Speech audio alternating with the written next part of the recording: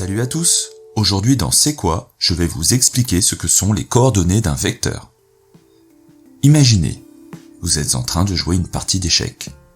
Contrairement au jeu de dames, chacune des pièces du jeu d'échecs a ses propres règles pour se déplacer.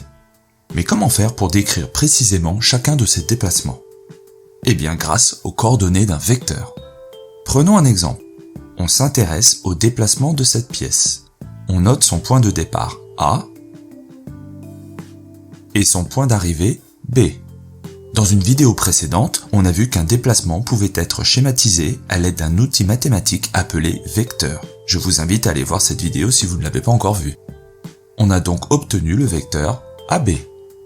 Pour décrire ce déplacement de A vers B, je vais avoir besoin d'un repère semblable à celui de la vidéo sur les coordonnées d'un point. Je vous invite également à voir ou revoir cette vidéo. Donc avec un repère comme celui-ci, je vais être capable de décrire très précisément mon vecteur AB. Pour aller du point A au point B, je regarde tout d'abord comment je dois me déplacer horizontalement. Ici, je dois avancer d'une unité vers la droite. On dit que le vecteur AB a pour abscisse x égale plus 1 ou plus simplement x égale 1. Ensuite, je regarde comment je dois me déplacer verticalement pour rejoindre le point B. Ici, il faut monter de 3 unités.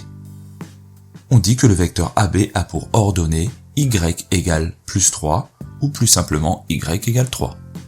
En mathématiques, on note ce déplacement de A vers B de cette façon. 1, point virgule 3 entre parenthèses. C'est ça qu'on appelle les coordonnées du vecteur AB. Et bien voilà, tu sais ce que c'est que les coordonnées d'un vecteur. C'est juste un moyen simple de décrire le déplacement entre l'origine du vecteur et son extrémité. En 2 dimensions, les coordonnées d'un vecteur fournissent 2 informations, toujours données dans cet ordre-là. Son déplacement horizontal, appelé abscisse et noté x, et son déplacement vertical, appelé ordonnée et noté y. Les 2 nombres sont donnés entre parenthèses et séparés par un point-virgule, et on note le nom du vecteur juste devant les parenthèses. Première remarque importante, si le déplacement horizontal se fait vers la droite, alors x est positif, sinon il est négatif. Et puis si le déplacement vertical se fait vers le haut, alors y est positif, sinon il est négatif. Deuxième remarque, il ne faut pas confondre les coordonnées d'un point avec les coordonnées d'un vecteur. Les coordonnées d'un point donnent, on l'a vu dans une vidéo précédente, la position de celui-ci, alors que les coordonnées d'un vecteur décrivent son déplacement. Voilà, j'espère que cette vidéo vous a aidé à comprendre le concept de coordonnées d'un vecteur de manière simple.